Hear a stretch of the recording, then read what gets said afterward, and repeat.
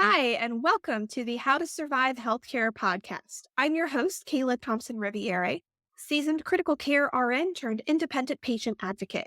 Tune in every week so that you can learn the things about the U.S. healthcare system that no one ever tells you. That way, you can get the most from it and optimize your health outcomes. Now, of course, this podcast is strictly to inform and entertain and should never be taken as a substitute for medical advice. Let's dive right in.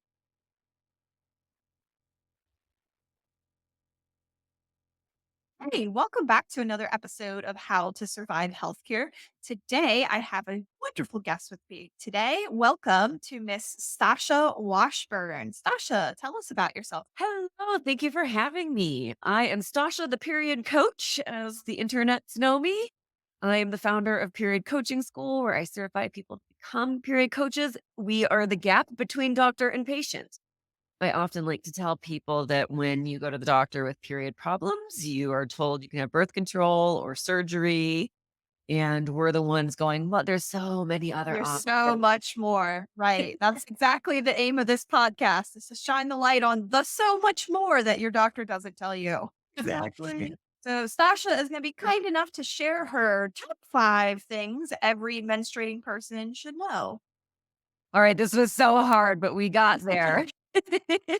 So I'm going to start off with you're not crazy. It's just the phases of your cycle. I have a system that has 5 different phases, and I'm going to tell you that the medical system has 2 phases, but it doesn't really feel like that in reality. So those couple of days right before your period, when most of us start to feel a little Off.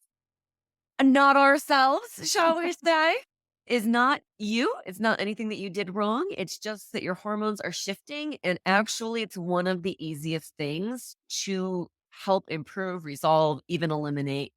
So, which take me to number 2, which is PMS is not a phase, or it's not a phase of your cycle. It is actually just a hormonal imbalance. So, you're not crazy.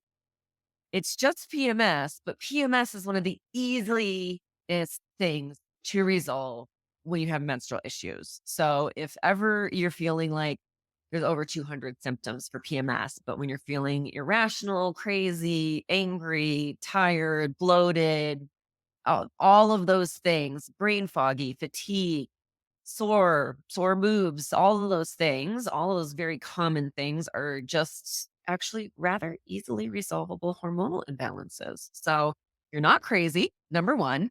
And PMS is common, but it's not normal, right? Got It's it. something that 90% of us have, but it's something that really none of us should have. It it's a very Okay. easily fixable thing. So that's my top two. My third one is playing off of that is charting. So charting is more in depth than period tracking. Period tracking is, when you like put your period in an app or on your calendar and you can kind of guesstimate when you're going to get your next period. Charting is when you're paying attention to all the other things, Mhm. right? So energy levels, mood swings, food, basal body temperature, cervical mucus, all of those other little things that I know it sounds like a lot, but it takes you like a minute, maybe 2 tops a day to actually chart. That's actually where all the good juicy data lies. So if you can see those habits and what happens and I ate a bunch of sugar today and then the next day I was brain foggy or moody, you can kind of start to make those decisions, right? Like, I Sure. know that if I have a glass of wine the next day, I'm going to feel a little brain foggy. So I make those decisions like, it's Saturday. I'm not doing anything tomorrow. I'm having a glass of wine.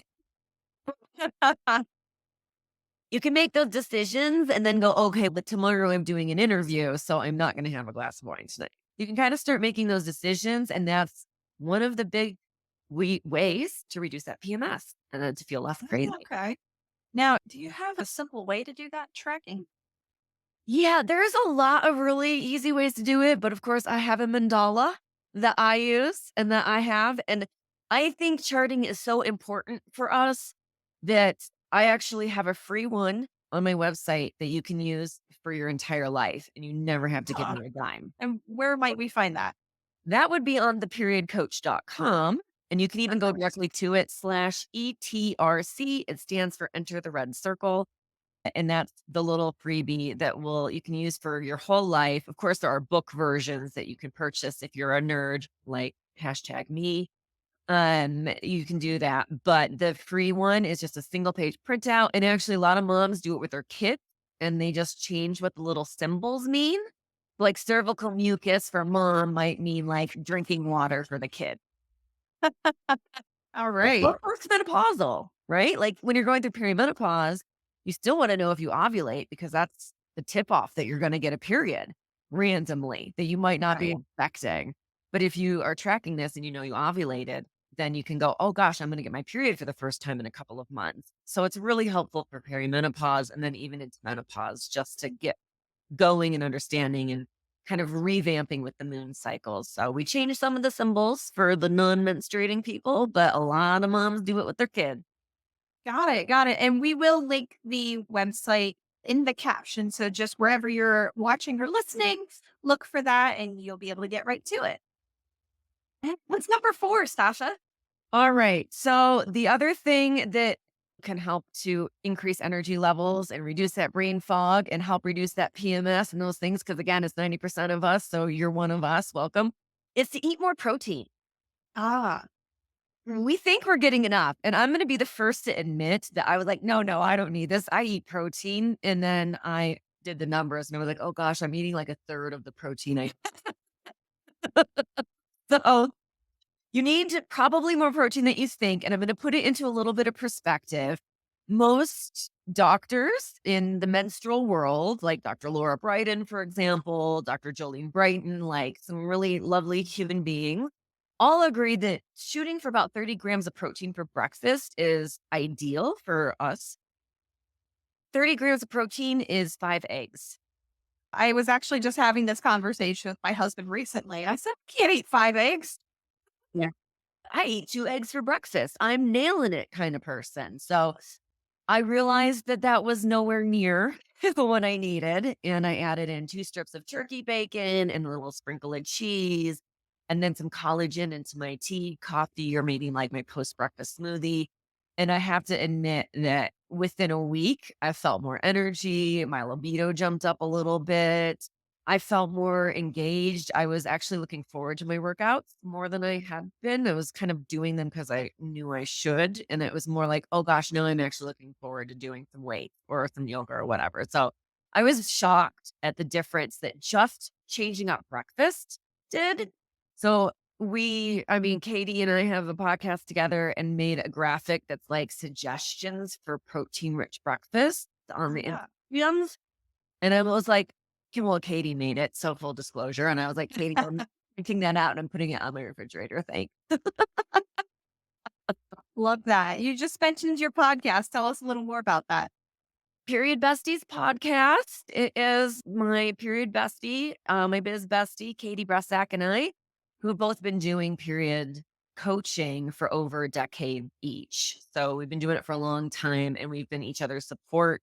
We just thought maybe we should start doing a podcast considering we sit here and talk about this stuff all of the time. We should just record it, put it out into the world.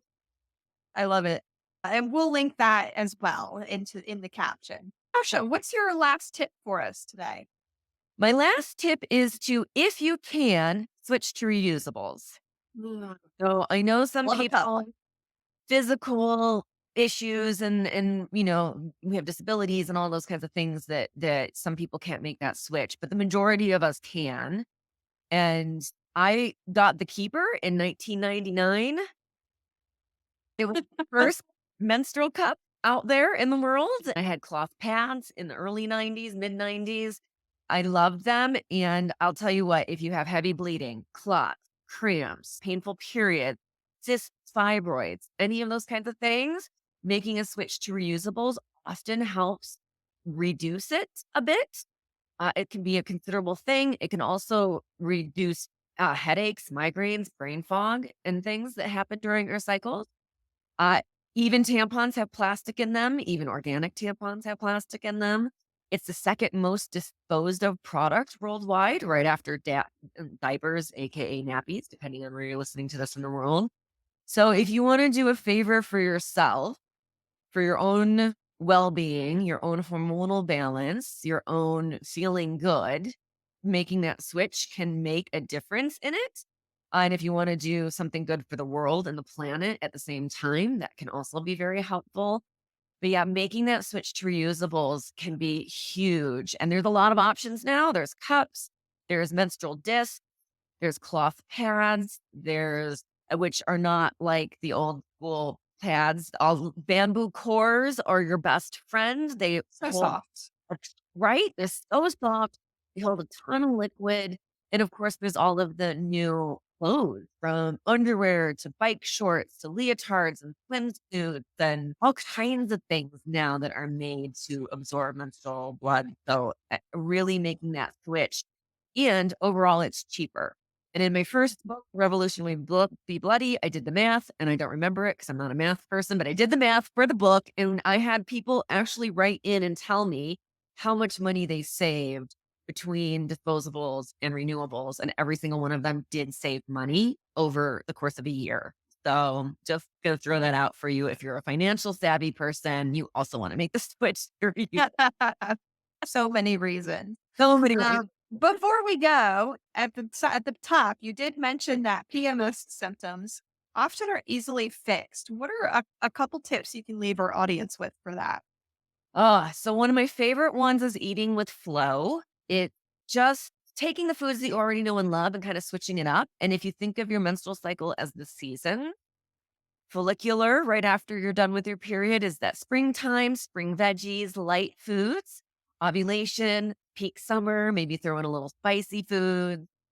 Luteal phase is when you're moving into that late summer and autumn phase. So think squashes, pumpkins, fiber, sweet potatoes are your best friend. Orange fibrous food, super, super helpful in that phase. And then menstrual is your winter phase. So red meat, heavier foods, stews, soups, warm things, that kind of stuff. And of course, those rich red foods like beets, blackberries, those real dark colored foods are also really good. So throughout the month, you're eating the rainbow. Throughout the month, you're eating lots of fiber. Throughout the month, you're eating lots of protein and nutritious foods, and you don't have to eat a bucket of kale to achieve it. You can actually never eat kale and still feel better. All right. Good to know. Well, Stasha, you left us with so much to think about. I can tell that we are not even scratching the surface on all of the goodness that you've got up in your brain there. So, one more time, where can people find you if they're looking for more of this content? You can hop onto Facebook or Instagram at Stasha Washburn. You can pop onto TikTok at Stasha.the.period.coach, though I have to admit that's a new one for me. We're working on it. Or you can go to theperiodcoach.com for all of these kinds of things, recipe blogs and that sort of stuff. Or you can head over to periodcoachingschool.com for business tips with your cycle and that kind of stuff on that blog. So if you're interested in like the businessy stuff, head on over there. Thank you so much for being with us today, Stasha. I know I've learned some things, and I hope that this was helpful for you guys as well out there listening. Thanks for sticking around, and we will see you next week. Take care.